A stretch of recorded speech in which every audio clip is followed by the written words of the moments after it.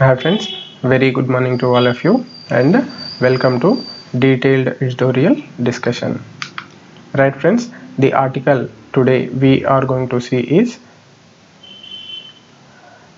India is making the right moves with its mega privatization plans, and this article is written by Sue Kim, and she is the head of Asia Pacific for Canada Pension Plan Investment Board. Friends, she is an investor. So the article she has written about the India's privatization plans, especially for PSUs, is she focuses on the positive impacts of the privatization. So friends, more often than now, we will find in many newspapers about the negative impacts of privatization, and the content we possess is the mostly about the criticism of the privatization. So in the examination, when you get a question, they will ask about they will ask about both sides of the problem. Like if you get a question on the privatization, you have to present both positives and negatives, then you have to give your own conclusion. Friends, in this effort, knowing some information about the intended positive impacts about the proposed mega privatization plan of the government will give you a good picture of the entire it will give a good picture of the entire issue, and you can give a better answer. Right friends, we will go into the article and see it study it in detail. So the budget announcement, in the budget the honorable finance minister announced that the one of the most ambitious plans to emerge from India's recently announced union budget was that the government's proposal to privatize state-owned companies in the coming years. Those are public sector enterprises. So this is one of the major plan proposed that came out through the recent budget. Right friends, this is an important step in India's program of reforms to achieve long-term sustainable growth.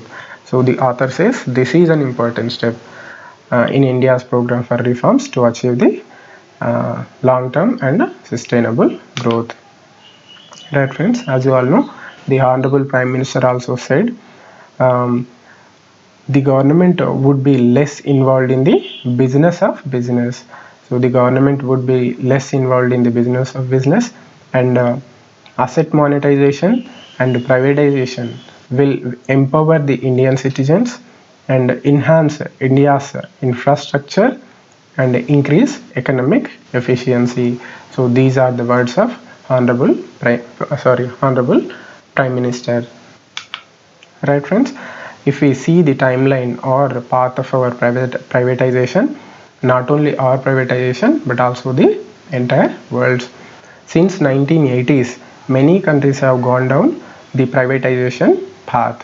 Especially it has started in the United Kingdom in the 1980s and later adopted by United States of America, and later it came to third world countries also. Right friends, proponents of such agenda believe it makes companies and sectors more efficient and competitive to the ultimate benefit of consumers. So proponents of such privatization feel that ultimately the consumers will be benefited. Critics, on the other hand, argue that privatization can lead to job losses and, in some cases, higher costs for the public. So the critics feel that the privatization will lead to job losses and costs of services will increase. So the both sides of the argument have been presented. Now we will go and examine both these arguments in detail. Right friends, there is no single privatization model that fits all. So there is no single privatization model that you should be aware of, friends, but we have seen many success stories in other countries that demonstrate how privatization is beneficial to the long term growth and sustainability of companies as well as the country. So here she is saying that there are many examples in various countries. So in the in the rest of the our discussion, we are going to see examples from Japan and from Australia and as well as from Hong Kong, how the railways in Japan, how the asset recycling in Australia and the telecom sector in Hong Kong have benefited and giving good results due to the privatization effort. Right, friends? Now she gives the evidence of the railways privatization in Japan. In Japan, the national railway system, Japanese National Railways, has been operating with big losses each year before its privatization began in 1987. Okay, friends, this program eventually broke the company up into 6 regional passenger rail companies and 1 freight rail company. So in all, the railways has been divided into 7 components. Right, friends, more than 3 decades later, JNR's privatization is widely viewed as a success. So Japanese, because of the privatization, the railways has budged its trend of loss making and started making the profits, and we can now understand, we can see the changed picture of the Japanese railways, and in fact it became the leader in the bullet trains, and we are we are adopting technology from Japan to build our high speed rail project that is planned between Ahmedabad and Mumbai. So it become a role model, we can say, in the railways, especially the bullet trains, 5 bullet trains. Japan become a role model. Right, friends, with many Japanese railway firms expanding their operations into other areas, including real estate, supermarkets, and hotels. So they have ventured into other areas like real estate, supermarkets, and hotels. Right, friends. If we see the benefits of privatization, another example of benefits of privatization is asset recycling. So this is what the Indian government is also focusing now, that is asset recycling, and tapping into the values of the public sector enterprises. Friends, the government monetizes existing infrastructure assets through their sale to private sector. So this is asset recycling, and then invests the proceeds in new projects or long-term investment funds. So the finances realized through the sales or privatization, these will be invested in the social sector or in long-term investments like infrastructure, like building roads, building ports, and even spending on education and health sector. Right, friends. Now we have to consider the situation due to COVID-19 pandemic also. This is particularly important as countries around the world look to rebuild their economies after the pandemic. So each and every country will be trying to rebuild their economy after their economies have been rattled by the COVID-19 impact. Right, friends, India has recently announced a national asset monetization pipeline to fund much needed infrastructure and welfare schemes. So India announced the asset monetization pipeline to fund both infrastructure and as well as welfare schemes. Friends, now the author gives the example of Australia and how the Australia's asset recycling program has been a big success. Right, friends, the country's asset recycling initiative provided material top-up incentives from the federal government for state governments to reinvest asset sale proceeds in a new infrastructure. So the Australian central government provided incentives for state governments to recycle the assets and invest those proceeds in new projects like infrastructure. Right, friends, this helped kickstart several major projects involving over 15 Australian billion dollars of a new infrastructure spending, including the Sydney Metro Train project.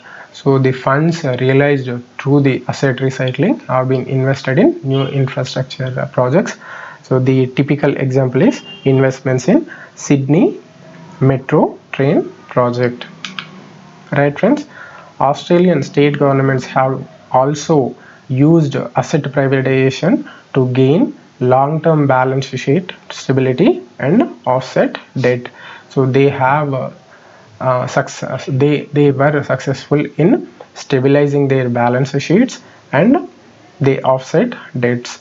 So we can also, by realizing the asset recycling, we can solve our bank's problems by infusing some funds that have been realized through the privatization into the banks. Right, friends? CPP, Canada pension plan investments was part of a consortium to purchase a stake in the West Connex toll road in Sydney when the New South Wales state government sold 51% of its holding in 2018. So the CPP investments, it was a part of consortium which purchased the assets of the government and helped in privatization process. So friends, here we can understand that the CPP investments is eager to invest or purchase the assets that the government is intending to sell and become a partner in the India's privatization process. Right, friends? The sale generated 9.3 billion Australian dollars in proceeds for the government. So indirectly, she is suggesting that the CPP investments has played an important role in asset recycling and privatization of the Australian privatization plan of the Australian government. So similarly, it can play an important role in India's privatization process also. Right, friends? The another privatization problem with the privatization that is often said is this could lead to job losses. So the privatization process could lead to job losses. Right, friends? Different research reports over the past 20 years have shown that business restructuring exercises after privatization did initially lead to job losses. So many reports have suggested that there is a job loss after the immediately after the privatization. However, once privatization plans were fully implemented, new entrants to these markets increased the demand for labor and ultimately lowered overall unemployment.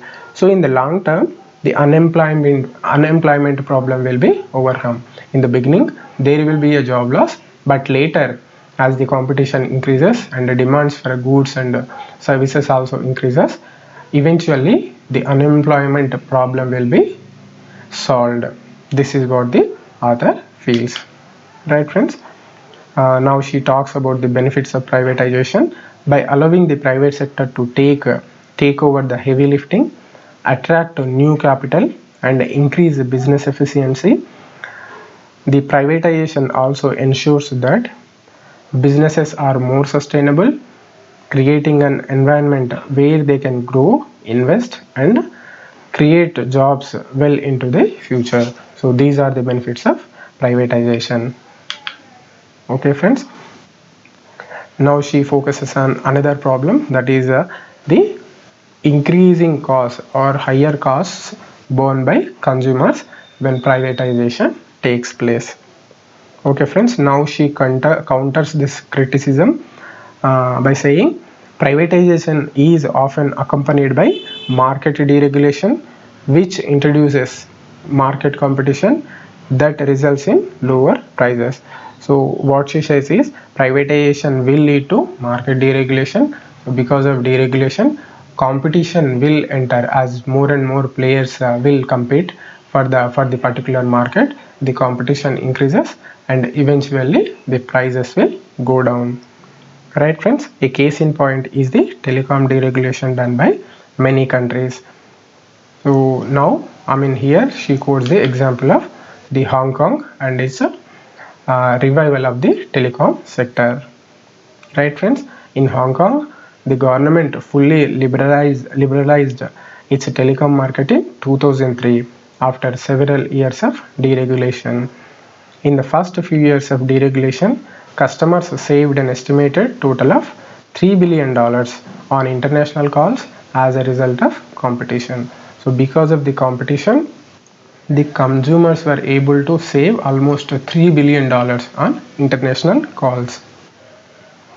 Right friends, today Hong Kong is one of the most competitive telecom markets globally. So we can see Hong Kong is one of the most competitive telecom markets globally. Right friends, to conclude, India, like many countries around the world, has been hit by COVID but has shown great resilience and is rolling out an ambitious vaccination program. So India is fighting the COVID-19 effectively and is producing ambitious, has been ready to roll out a ambitious vaccination program. Its economic recovery will be bumpy and require investment. So we need investment to recover from the COVID-19 pandemic slump. The privatization of state-owned companies over the years could provide. So we need funds. So privatization is the way. That is what the author feels. So privatization of state-owned companies over the years could provide the funds needed to rebuild the economy.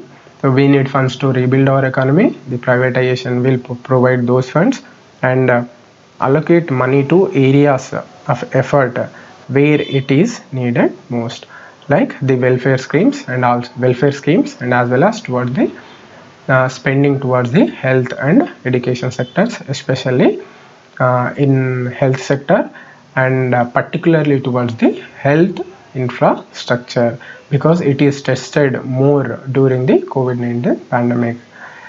Right friends, these are the valuable suggestions and arguments in for the privatization process in our country. And this is all about from this article. Thank you for joining me. See you next time. Have a good day.